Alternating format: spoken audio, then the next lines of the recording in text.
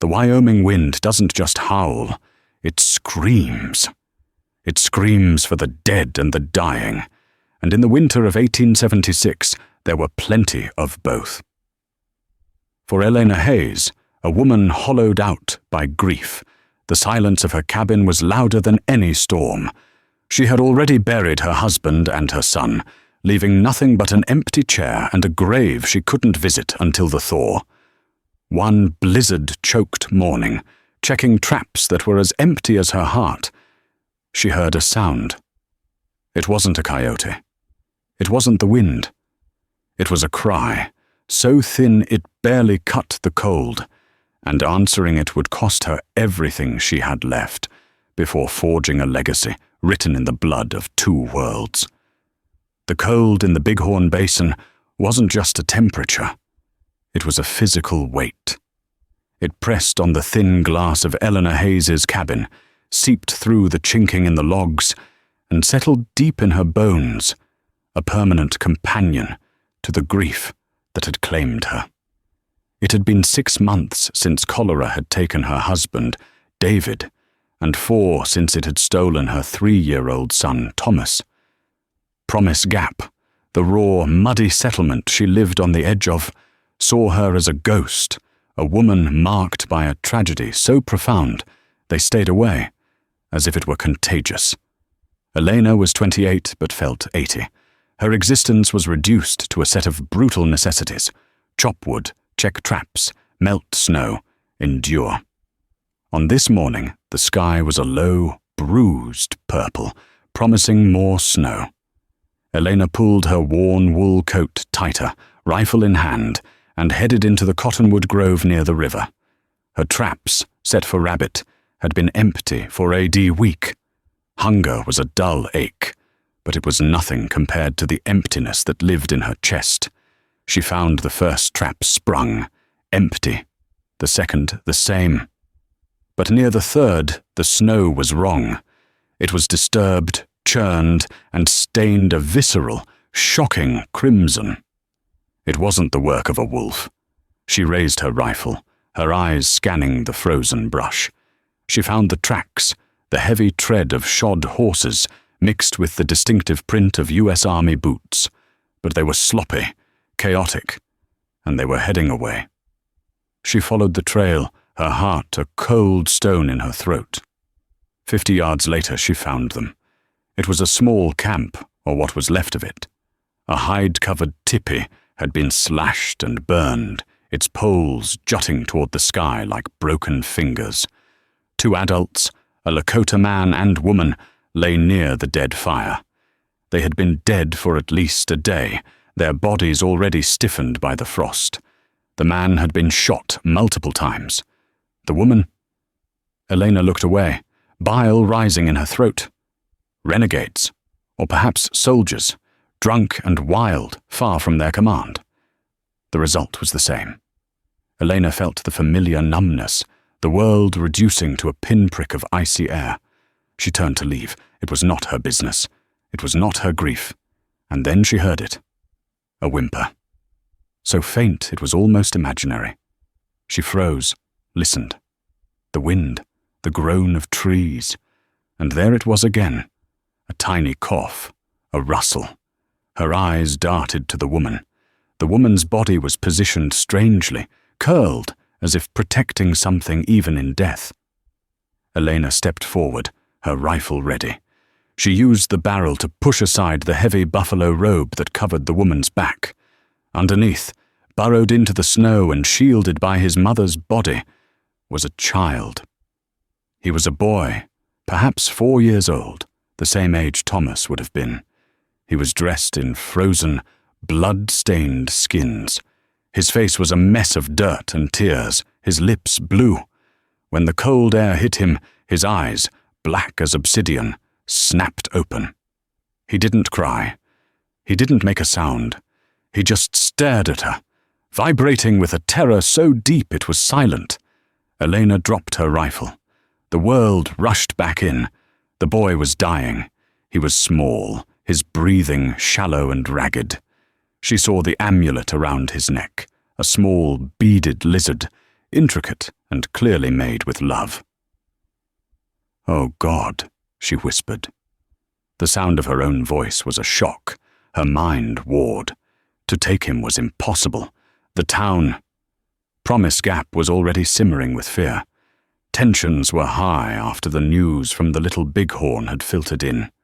Bringing a Lakota child into the settlement wasn't just folly, it was suicide. They would call her a squaw lover. They would run her out, or worse. Silas Croft, the cattle baron who practically owned the town, had made it clear. Any Indian found off the reservation was to be shot on sight. She looked at the boy. He was fading. His eyes fluttered shut. She saw Thomas. She saw her own son, his face pale with fever, his small hand reaching for hers. "No," she said, the word a defiant crack in the frozen air. "Not again." She scooped him up. He weighed almost nothing. He was rigid with cold. She tore off her own outer coat, a heavy canvas thing lined with sheepskin, and wrapped him in it, pulling him against her chest. He was too weak to fight. "It's all right," she murmured, the words meaningless, just a sound.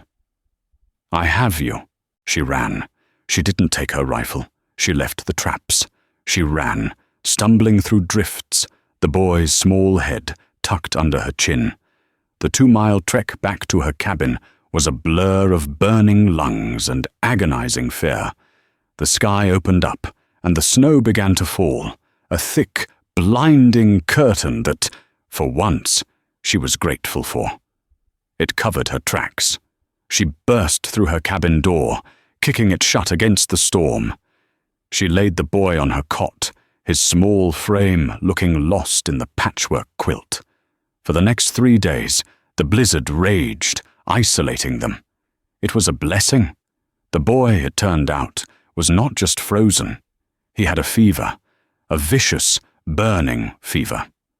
Elena worked with a grim determination she hadn't felt since before David died. She melted snow, heated water. She tore up her own wedding linens for compressors. She forced broth, spoonful by spoonful, between his cracked lips. He thrashed. He cried out in a language she didn't understand, his small hands clenched. He was fighting. On the 3rd night, the fever broke. Elena slumped in her rocker, exhausted, awoke to the sound of a small, clear voice. She looked over. The boy was awake. He was sitting up, his black eyes fixed on her. He was weak, but the delirium was gone. He was terrified. She approached him slowly, hands open. "It's okay. You're safe." He flinched, pulling the amulet out from under his shirt, clutching it. She sat on the edge of the bed. She pointed to herself. "Elena." He stared. She pointed to him. "What's your name?" He said nothing, just watched her, his gaze unnervingly intelligent. He was taking in the small cabin, the fireplace, her, the strange, pale woman who had stolen him. She smiled, a tiny, rusty movement of muscles she hadn't used in months. I have to call you something." She thought for a moment. She couldn't use a Lakota name. The town would tear him apart. He needed a shield. "Eli," she said. "I'll call you Eli. It's close to my name." The boy just watched. She got up and ladled a small amount of thin rabbit stew into a bowl. She brought it to him. He shrank back. She set it on the small table by the bed and backed away, returning to her chair. They sat like that for an hour, a silent, mutual assessment. Finally, driven by a hunger that must have been agonizing, the boy grabbed the bowl. He drank the stew in gulps, his eyes never leaving her. When he was done, he set the bowl down. He looked at her, and for the first time, his expression changed. It wasn't gratitude. It was a profound, bottomless, and adult-like sorrow. He understood. His family was gone. Elena Hayes felt her frozen heart crack, A single tear traced a path down her cheek. The boy watched it, his expression unreadable. The blizzard had saved him. Now Elena knew the town would try to kill him, and her with him. The blizzard ended, leaving the world scoured and bright. The silence of the cabin was no longer one of grief, but of fragile truce. Eli, as she called him, was quiet. He observed everything. He learned by watching how she stoked the fire, how she bolted the door.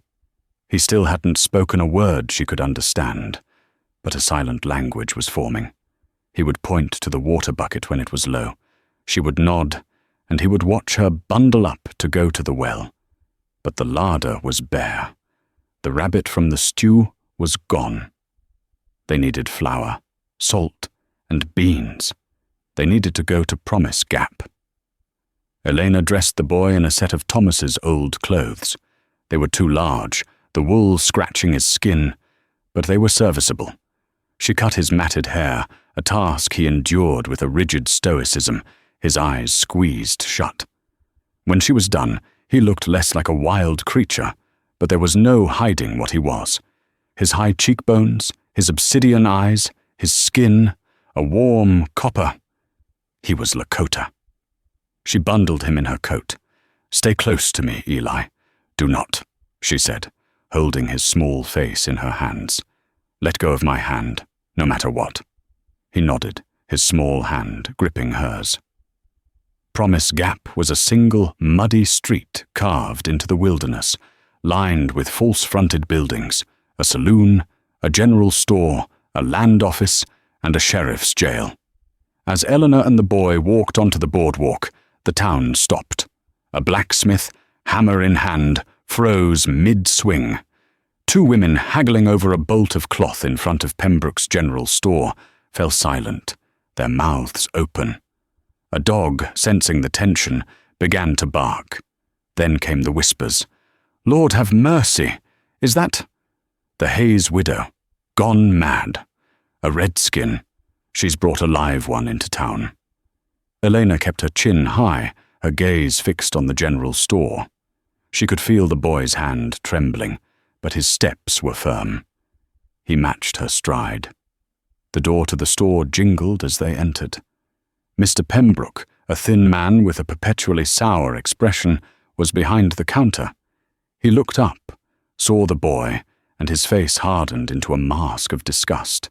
"Mornin', Mr. Pembroke," Elena said, her voice strained. "I need flour, 10 pounds, and salt." Pembroke placed both hands on the counter.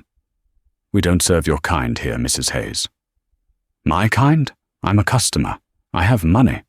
"You bring that varmint into my establishment," Pembroke sneered. "You ain't a customer. You're an insult. Get it out." "He's a child, Mr. Pembroke. He's hungry." "It's an it," Pembroke snapped, "and it belongs in the dirt with the rest of 'em. Now get out before I call the sheriff." "I won't," Elena said, her voice dropping, gaining a hard edge she didn't know it possessed. "I need flour." The door jingled again. Elena turned. Silas Croft filled the doorway. He was a big man, dressed in a tailored Eastern-style suit that looked out of place against his sun-scorched face. He ran the cattle empire that was slowly strangling every small homesteader in the valley. He owned the bank, he owned the land office, and he owned Sheriff Brody. "Well, well," Croft said, his voice a deceptively smooth baritone. He let his eyes travel over Eleanor, then down to the boy, who half hid behind her legs. "Mrs. Hayes, I'd heard the grief had taken your senses. I see the rumors are true." "Mr. Croft," Elena said, standing her ground. "This is between me and Mr. Pembroke." "Everything in this town is my business, madam," Croft said, stepping inside. The air crackled. "Pembroke, give the woman her flour. Put it on my tab." Pembroke, surprised, scrambled to obey. Elena was stunned. Croft smiled, a thin, cold gesture. "We are a civilized town, Mrs. Hayes. We provide for the unfortunate. even those who consort with savages. He knelt, bringing his face level with Eli's. The boy didn't flinch, but stared back at Croft, his expression blank. "What's your name, boy?" Croft asked. Eli said nothing. "He's called Eli," Elena said quickly. "Eli," Croft mused. "A white name. You can clean the skin, Mrs. Hayes, but you can't clean the blood. What do you plan to do with it? Keep it as a pet." "He's my son," Elena said, the word exploding out of her. The lie was so sudden, so absolute, it shocked even her. Pembroke dropped the bag of flour on the counter. Croft's smile vanished. "Your son." He stood up, his eyes now chips of ice. "You are a widow, a decent, grieving widow. The town makes allowances for that. But this is a perversion. You adopt a redskin, you become a redskin. There's no place for that here." "Then I'll make my own place." "You already have," Croft said. "On the edge of decency. Stay there. Don't bring your filth into my town." He turned. At the door, he paused.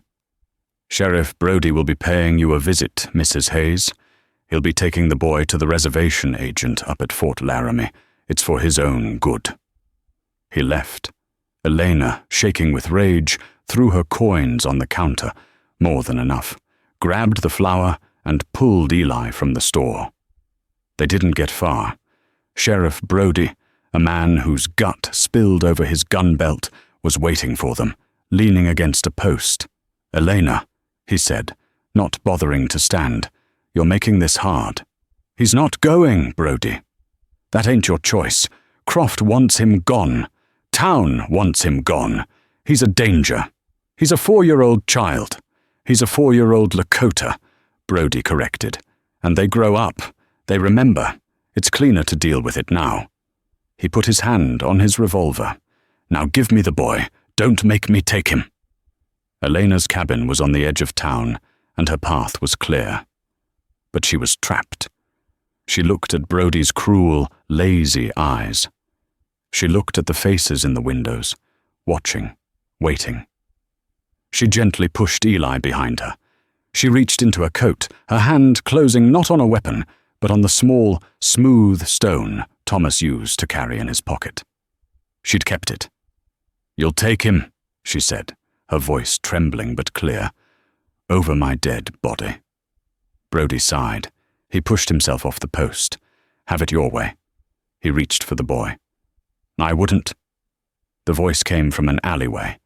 Dr. Jedediah Stone stepped out, a medical bag in one hand. Jed Stone was a cynic, a drunk, and the only man who had tried to save her husband and son. He had failed, but he had tried. "Stay out of this, Doc," Brody grunted. "I can't," Jed said, stepping between Brody and Eleanor. "The boy's my patient. He's ill. Moving him would kill him. Pneumonia, by the look of him." Brody hesitated. Killing a savage was one thing. Defying a direct medical warning from the town's only doctor was another. It was bad paperwork. He looks fine to me," Brody stammered. "That's because I'm a good doctor," Jed lied smoothly. "He needs round-the-clock care. From Mrs. Hayes. You move him, and I'll file a report with the territorial governor that your negligence led to a child's death. Silas Croft may own this town, but he doesn't own the capital." "Not yet." Brody stared at Jed, his face purple. He was trapped. He spat a stream of tobacco juice into the mud. "This ain't over, Doc. And you, Mrs. Hayes, you've made a powerful enemy today. I'd watch my back." He turned and stomped back toward the saloon. Elena was shaking so hard she could barely stand. Jed Stone turned to her. His eyes, usually clouded with whiskey, were sharp. "You're a monumental fool, Elena." "Thank you, Jed," she whispered. "That wasn't a compliment," he said gruffly. "You didn't just buy yourself trouble. You've bought yourself a war. Croft won't forget this. That boy, he's a symbol now, and Croft will want to tear him down to prove he can." He looked at Eli, who was peering at him from behind Eleanor's skirt. "Pneumonia, eh?"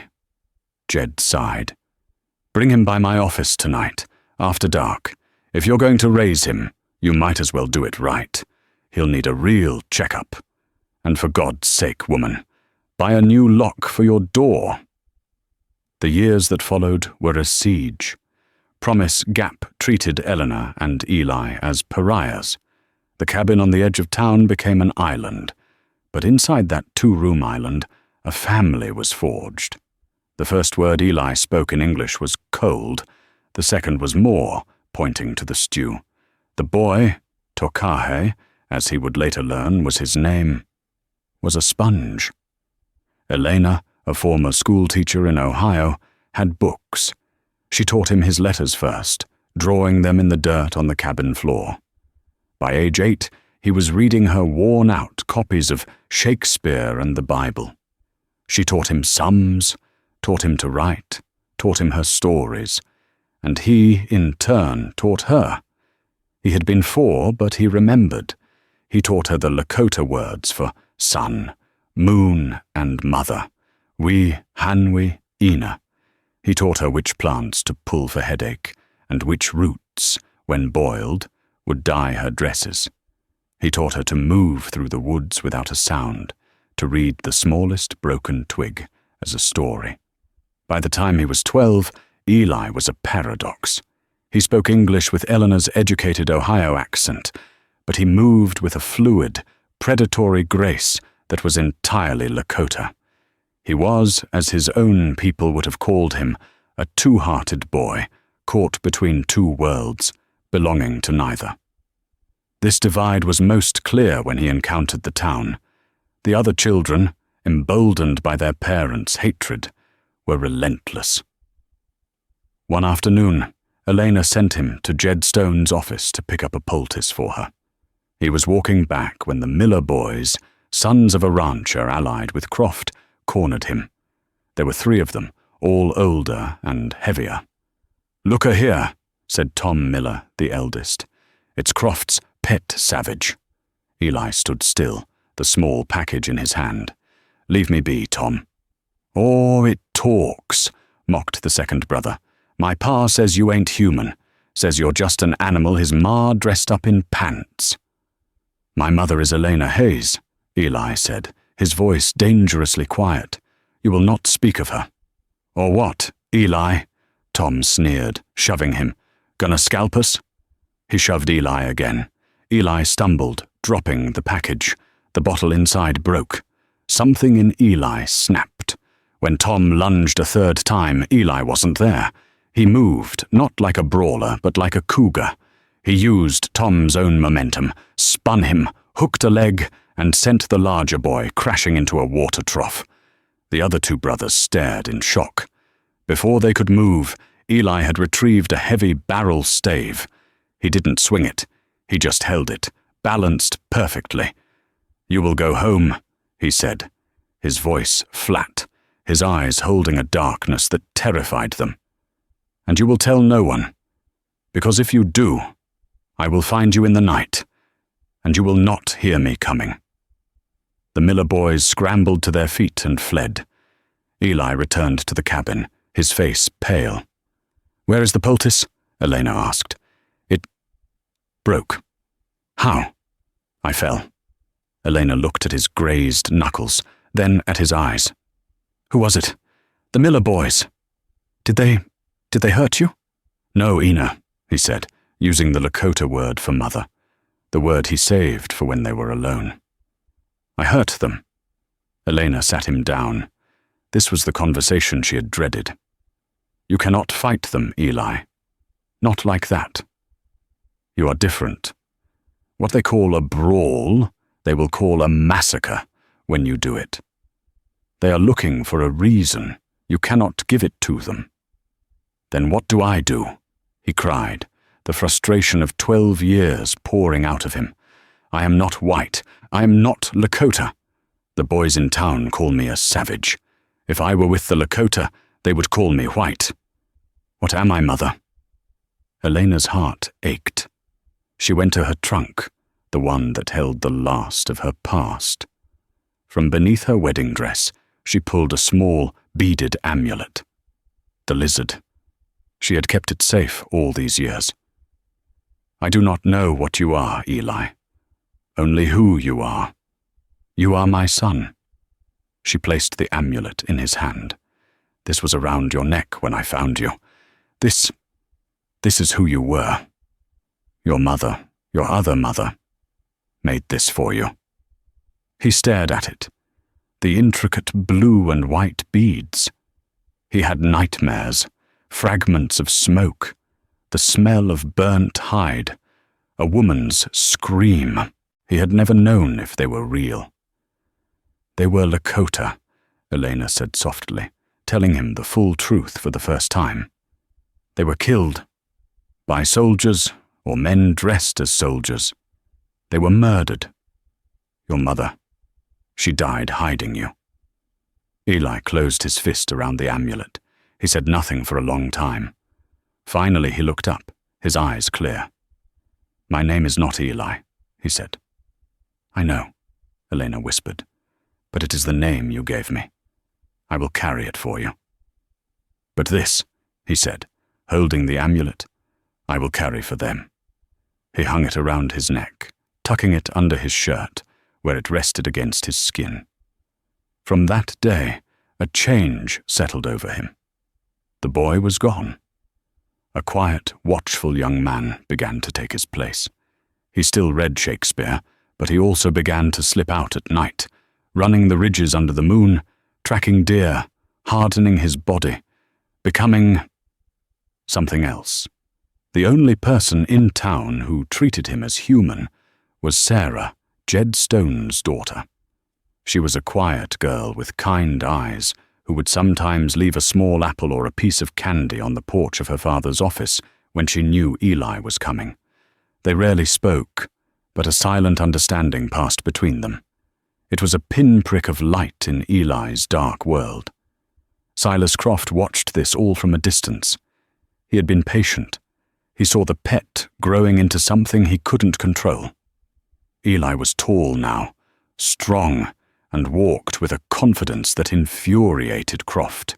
Croft had been content to let Elena and the boy wither in isolation.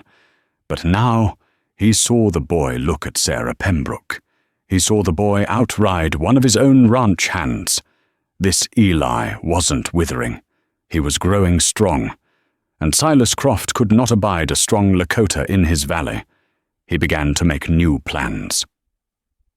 The summer Eli turned 18, the valley baked. The streams ran low, and the prairie grass turned to tinder. The tension in Promise Gap was as thick as the heat. Eli was a man. He stood taller than most in town, his body lean and hard from running the high ridges and chopping a small farm out of the rocky soil by the cabin. He was 2 men in one. He could quote King Lear and track a wolf for 3 days. Elena looked at him and felt a painful, wrenching pride.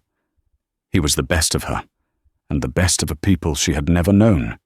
But he was restless. The valley had become a cage.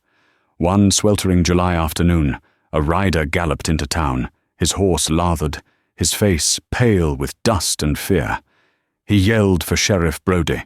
Indians! A war party. Maybe a dozen. Coming down the North Pass.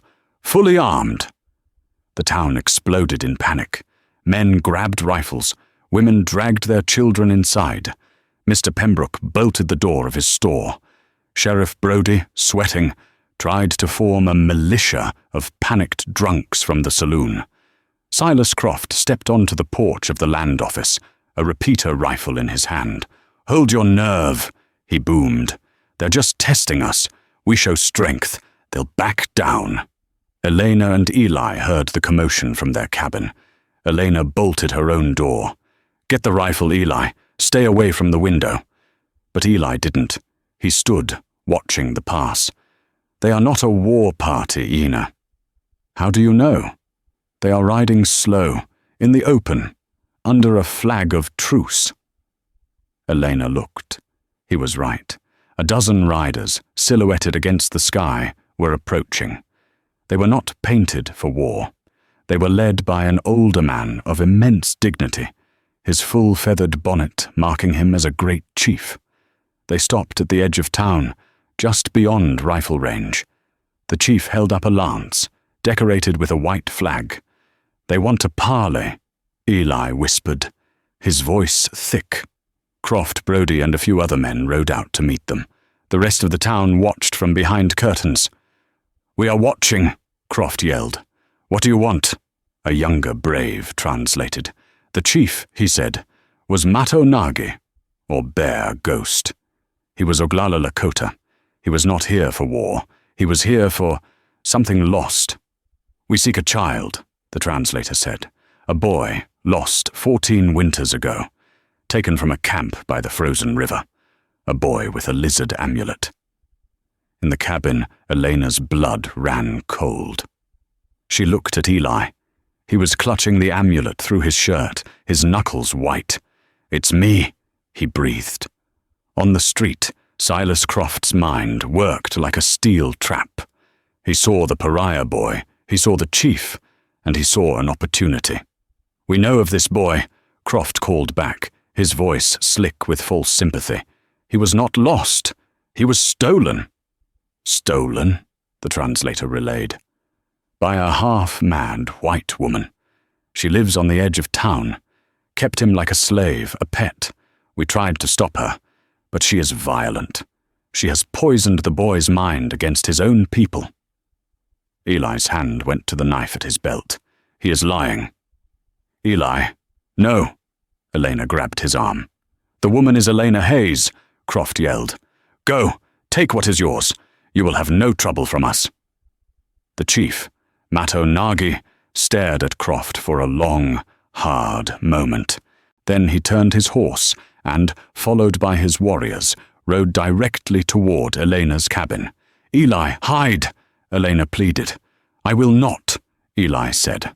He unbolted the door and stepped out onto the small porch, standing tall, his hand on his amulet. Elena came out and stood beside him. The 12 warriors surrounded the cabin. They were magnificent and terrifying. They sat on their ponies, their faces impassive, their eyes missing nothing. Matonagi dismounted. He was an old man, but he moved with a panther's grace. His face was a map of sorrow and strength. He walked up to Eli. They were the same height. He looked deep into Eli's eyes, searching. "They say you are the boy," the translator said. Eli said nothing. He simply pulled the amulet from under his shirt.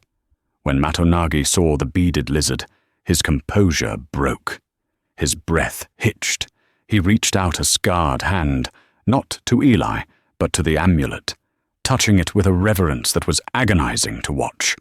He spoke, his voice guttering in Lakota. The translator said, "He says, this was made by his wife, Singing Bird, for their son, Tokah. Goes first." Eli, Tokah, looked at the chief. I am Matonagi," the chief said, his English broken but clear. "I am your father." The world tilted. Tokah staggered, grabbing the porch rail. Elena let out a small, strangled cry. Matonagi's eyes snapped to Elena. The warmth vanished, replaced by a cold fire. "You," he said. "You are the woman. You stole my son." "No," Elena cried. "I saved him. He was frozen. His mother.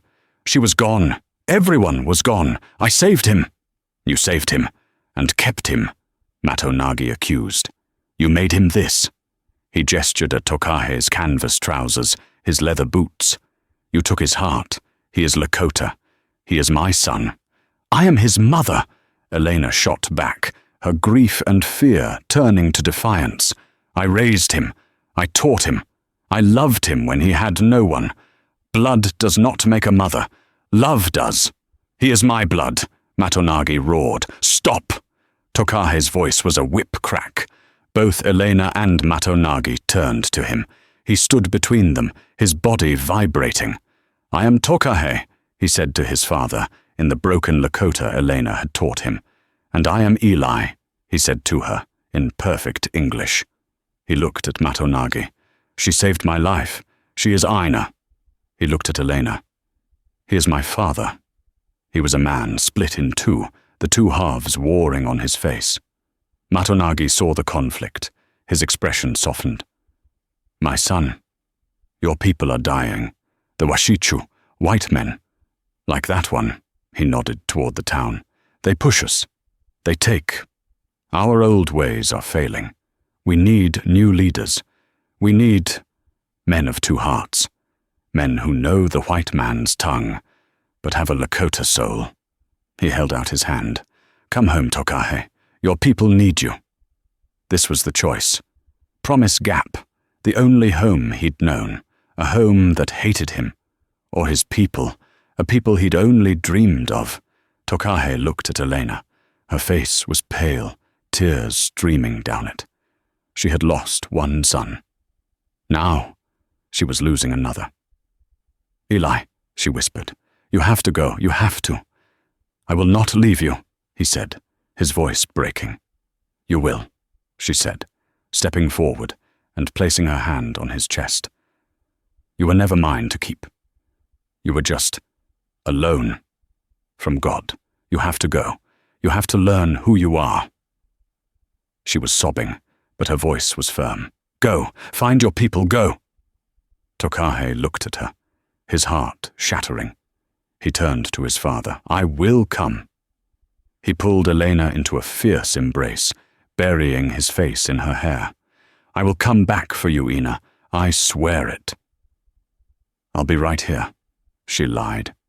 He swung up onto the spare horse one of the warriors offered. He did not look back. He couldn't. Elena Hayes stood on her small porch and watched her son, her Eli, her Tokah, ride away, disappearing into the heat haze with the father he had never known. She was, once again, completely and utterly alone. In town, Silas Croft watched them go, a thin, satisfied smile on his lips. Phase 1 was complete. Tokah's new life began with a trial by fire.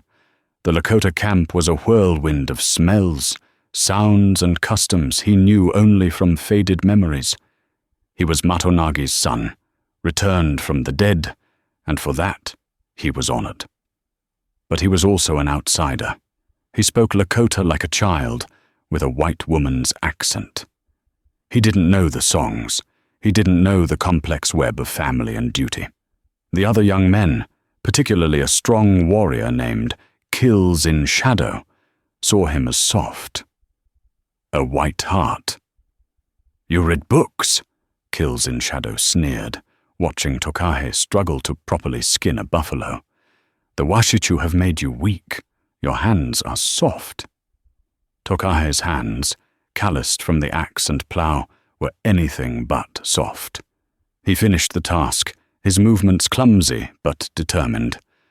"Reading is not weakness," he replied in strained Lakota. "Knowing the enemy's mind is strength." His father, Matonagi, watched and worried. He put Tokah through the gauntlet. He had to hunt, to ride, to fast, to sit in the sweat lodge until he nearly passed out. He had to learn the oral history of his people, generations of stories, all at once. Tokah drove himself. He woke before the sun, running the hills until his lungs burned. He practiced with the bow, his knuckles bleeding. And in the process, the Eli part of him receded. He learned to move, to think, to be Lakota. But he did not forget Elena's lessons. He didn't just learn how to fight, he analyzed why. He saw the tribe's fatal flaw. They were proud, they were strong, but they were predictable. Weeks bled into months. The high, lonesome autumn arrived. Tokah had earned a grudging respect. He had brought down a great bull elk alone, and in a raid by a rival crow party, he had fought with a cold, terrifying efficiency that silenced Kills in Shadow for good. He was indeed a man of two hearts, and both were strong. One night, sitting by the fire with his father, Tokah recounted the story of his finding. He described the burned camp, the bodies, the boot prints. There was one man, he said, the memory surfacing. Elena told me. She found tracks, a boot with a V notch in the heel, and a man with a scar. She saw him from a distance, riding away. Matonagi's face darkened. Finn Harker, he spat, not a soldier, a renegade, a red dog mercenary. He led the attack that killed your mother. He was hired, but we never knew by whom. The name settled in Tokah's gut. Finn Harker. Back in Promise Gap, Elena's life had collapsed. With Tokah gone, the town's thin veil of tolerance evaporated. Her protection was gone. Her chicken coop was burned one night. Her well was fouled with a dead animal. Squaw Lover was painted on her door. She was starving. Mr. Pembroke refused to sell to her. Flat out. The only reason she survived was Jed Stone. He would leave packages of beans and salt fish on her porch in the dead of night. One evening, Jed arrived, his face frantic. He didn't knock, just burst in. "Elena, you have to leave, tonight." "What is it, Jed?" she asked, her voice weary. "It's Croft," Jed panted, locking the door behind him. "I was at the saloon. He was drunk, bragging. He's making his move." "His move?" "The Lakota. Your boy's people. Their camp is in the Silver Valley. Croft needs that valley. It has the only deep-water aquifer for miles. He's been trying to get the army to move them, but the treaty holds, so he's taking matters into his own hands." "What do you mean?" Jed grabbed her shoulders. "He's hired a man, a mercenary, a man named Finn Harker and his red dogs. They're riding out at dawn. They're not moving the Lakota, Elena. They're going to exterminate them. They're going to ride in, slaughter them, and blame it on the crow." Elena's blood turned to ice. Harker, the name from Tokah's nightmares. The man who had killed his first mother. And now, hired by Croft, he was coming to kill his second family. "Tokah," she whispered. "Forget the boy, Elena. You have to save yourself. When they're done, they're coming for you. You're the loose end. You're the only one who knows the boy survived the first massacre. Harker can't let you live." Elena stared at Jed, but she wasn't seeing him. She was seeing Tokah's face as he rode away. "I will come back for you, Ina." "No," she said, her weariness vanishing, replaced by a cold, diamond-hard resolve. "Elena, don't be a fool. He's my son, Jed. They are his people." She grabbed her rifle. "Which way?" "You can't," he pleaded. "Which way, Jedediah?" Jed sighed, defeated. "The Silver Valley. It's 30 miles north. You'll never make it. They're riding at dawn. They'll be there by midday." "They're riding as a group. They'll follow the main trail," Elena said, her mind working with a clarity she hadn't felt in years. "I know the high cut. Through the Goat Pass. I can beat them. That's a 2-day ride. It's a 1-day ride if you don't plan on coming back," she said, pulling on her boots. She grabbed a saddlebag, stuffing it with jerky and bullets. "Elena, this is suicide." "It was suicide to pull him from the snow," she replied, her hand on the door. "Thank you, Jed. For everything." She looked at him. "Take care of Sarah." Before he could argue, she was gone, running to her small barn. She saddled her mare, Bess, the only living creature that had been kind to her these last months. Elena Hayes rode out of Promise Gap, not as a victim, but as a warrior. She rode into the teeth of the night, taking the high pass, the one the Lakota themselves had taught her son, and her son had taught her. She was a lone woman, riding to warn an army. The ride was a special kind of hell. The Goat Pass was barely a trail, a high, wind-blasted ledge of scree and stone. Elena rode Bess until the mare's legs trembled, then dismounted and led her, climbing, pulling, her own lungs bursting in the thin air. She did not sleep. She did not rest. She was fueled by a cold, primal terror. The image of Tokah, dead. She arrived at the ridge overlooking the Silver Valley, just as the sun's first rays hit the canyon floor. She had made it. Below, the Lakota camp was just stirring, the smoke from cook fires rising in the still air. But her relief was short-lived. On the far side of the valley, maybe 5 miles distant, she saw a dust cloud. A large one. Harker, they were early. "Come on, girl," she whispered to Bess, urging her down the steep incline. The Lakota sentries saw her, a white woman, riding a spent horse, galloping wildly into their camp. They saw her as a threat. 2 warriors intercepted her, dragging her from the saddle. She screamed, "Tokah! Matonagi! Tokah!" She was dragged, fighting, to the center of the camp, where Matonagi and a group of warriors, including Tokah, were assembled. "Elena!" Tokah shouted, pushing through. He saw her face, streaked with sweat and grime, her eyes wild. "What is it? What are you doing here?" "Harker!" she gasped, collapsing against him. "Finn Harker! He's coming! Croft hired him. A whole company. They're not here to talk. They're here to finish it."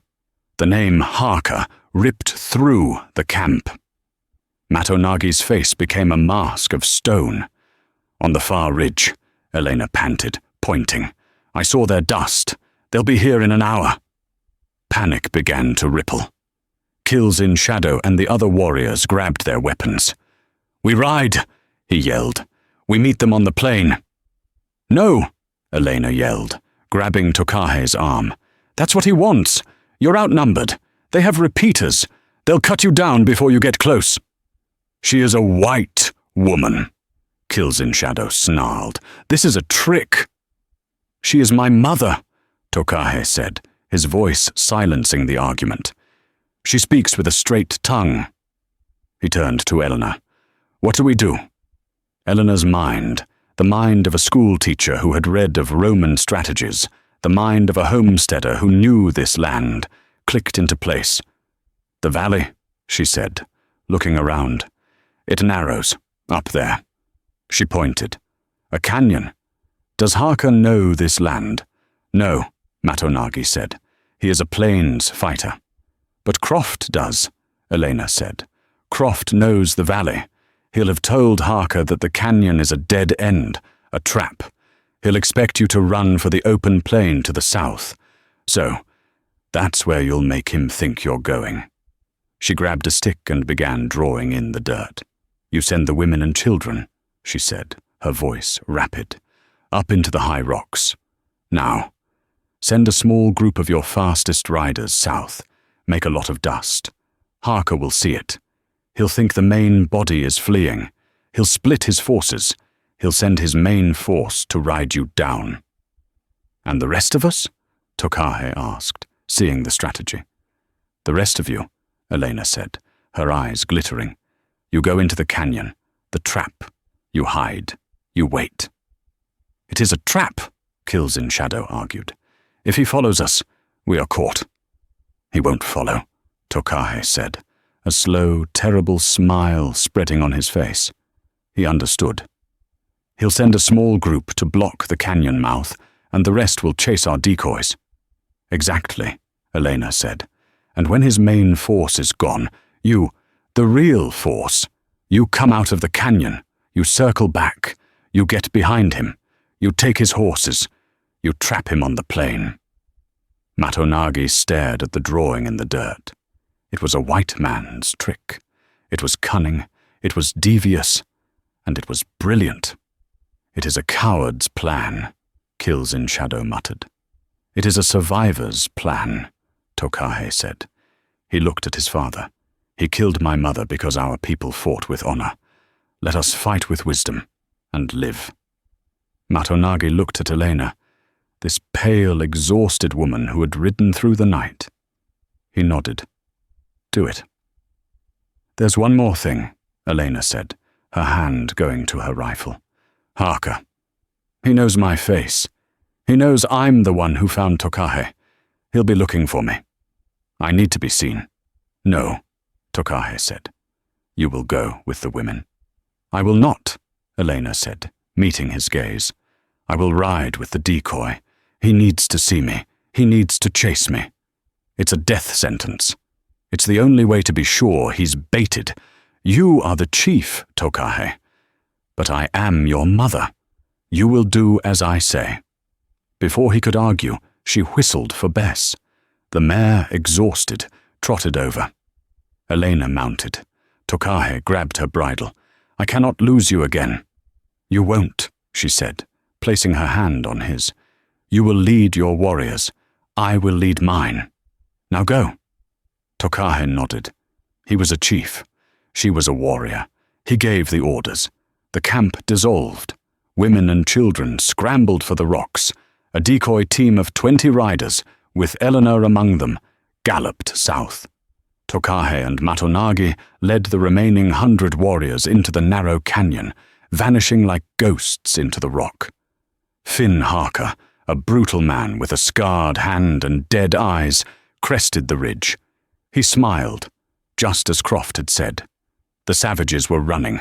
"They're fleeing south," he yelled to his 150 red dogs. "Look, they're in a panic." He saw the dust cloud. He also saw the trap of the canyon. "Sloan," he barked to his lieutenant. "Take 20 men. Bottle up that canyon in case any are hiding. The rest of you, with me. We'll ride them down by noon. No survivors." And then he saw her. Among the fleeing riders, a white woman. Her hair had come undone, a flag of brown in the wind. Elena Hayes. "That one," Harker snarled, pointing. "She's mine." The trap was sprung. Harker and his main force galloped past the canyon, thundering after the decoys. The decoy riders, Elena included, knew their job. They scattered, leading the mercenaries on a wild chase, splitting their numbers. Elena, however, let Harker gain on her. She needed him, focused on her. He was almost on her when the sound came, a war horn, from behind him. Harker reined in, confused. He looked back. Pouring from the canyon mouth he had just ignored, 100 Lakota warriors, led by Tokah, were charging. They weren't heading for him. They were heading for his horses. The mercenaries' camp, their supplies, and their extra mounts were lightly guarded. "It's a trap!" Harker screamed. At the same time, Elena's decoy group wheeled around. They were no longer running. They were attacking. Harker and his men were caught between two forces, on open ground, with their supplies being burned behind them. The battle was short and brutal. Tokah's strategy, a fusion of Eleanor's logic and Lakota stealth, was devastating. They didn't aim for the men. They aimed for the horses. A dismounted mercenary in the high plains was a dead man. Finn Harker, seeing his force collapsing, saw Elena. Rage and the need to silence the last witness overrode his sense. He charged her. Elena raised her rifle, fired. The shot went wide. He was on her, dragging her from the saddle. They both crashed to the ground. Harker raised his knife. "You should have stayed dead, witch." A shadow fell over him. Harker looked up into the painted face of Tokah. "She is my mother," Tokah said, his voice a low growl. Harker scrambled, lurching at Tokah. The fight was not a white duel or a Lakota dance. It was a brawl. It was rage. It was two men bound by a 14-year-old crime. Tokah was faster, but Harker was a gutter fighter. He drew a hidden pistol. Elena, from the ground, smashed the butt of her rifle into Harker's wrist. The gun flew. Tokah used the opening. He didn't kill him. He slammed his fist into Harker's temple, and the mercenary crumpled. The battle was over. The red dogs were captured, disarmed, and tied. The next day, the town of Promise Gap saw a sight that froze their blood. 100 Lakota warriors, in full ceremonial paint, rode down the main street. They were not attacking.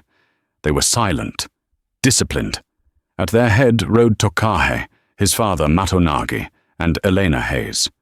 They stopped in front of the land office. Silas Croft, his face the color of ash, was on the porch. Sheriff Brody was beside him, his hand shaking near his gun. "This is an invasion," Croft sputtered. "This," Tokah announced, his voice echoing in the street, "is justice." Two warriors dragged Finn Harker and his lieutenant forward, dumping them at Croft's feet. "This man, Finn Harker," Tokah said, "has confessed. He confessed to being hired by you, Silas Croft, to massacre my people in the Silver Valley." The townsfolk, emerging from their homes, gasped. "That's a lie! A savage's lie!" Croft yelled. "He also confessed," Elena said, her voice clear and strong, "to another crime, 14 years ago. He murdered a Lakota family by the river, a family that included this man's mother." Jed Stone and his daughter Sarah were in the crowd. Jed stepped forward. "Is this true, Harker?" Harker, his life on the line, looked at Croft with pure hatred. "He paid me. He paid me for this one, and he paid me for the one 14 years ago. He wanted all the Lakota gone. All of them." Sheriff Brody looked at Croft, then at the 100 warriors, then at the townsfolk, who were now glaring at Croft, understanding that this man's greed had almost brought a war to their doorstep. Brody, for the first time in his life, made an honest decision. He pulled his revolver. "Silas Croft," he said, "you're under arrest for conspiracy to commit murder." Croft, his empire dissolving in an instant, collapsed. That evening, back at the Lakota camp, a great council fire was lit. Matonagi, his voice heavy with age and pride, stood. "My son has returned," he said. "He has brought with him the wisdom of the white man, but he has kept the heart of the Lakota. He has saved us. I am an old man. My time is done. I name my son, Tokah, as your new chief." A roar of approval went up. Tokah stood, his face a mixture of pride and shadow. His first act as chief was to walk to Elena, who stood by the fire. He took the chief's bonnet, the one his father had just given him, from his own head. He did not put it on her. That was not her path. Instead, he took a simple, beautifully beaded headband and gently placed it on her brow. He turned to his people. "You call me chief," he said, his voice ringing, "but you will honor this woman. She found me when I was lost. She gave me a heart when mine was frozen. She is not white. She is not Lakota. She is Aina, mother. She is the mother of our tribe. She saved one lost Lakota child, and in doing so, she has saved us all." Elena Hayes, the grieving widow from Ohio, stood wrapped in a buffalo robe, surrounded by the people who had once been her terror. She looked at the strong, wise chief who was her son. She was, finally, home. Elena Hayes never returned to Promise Gap. She lived her remaining days with Tokah's people, a bridge between two worlds, an advisor and a mother. Chief Tokah became a legend, a leader who navigated the treacherous new world of reservations and treaties, using his two hearts to protect his tribe with a wisdom few could match. Their story is not just one of survival. It is a story of identity, proving that a family is not forged in blood, but in sacrifice. It shows that the greatest love is not about possession, but about liberation. It's a reminder that even in the most brutal, lawless, and unforgiving of times, the courage of one person, a monumental fool, as Jed Stone called her, can change the destiny of a nation. If this story of impossible love and unbreakable bonds touched your heart, please help us share it. Like this video, subscribe to our channel for more true life epics from the Wild West. and share this with someone who needs to hear a story of real courage. Thank you for listening.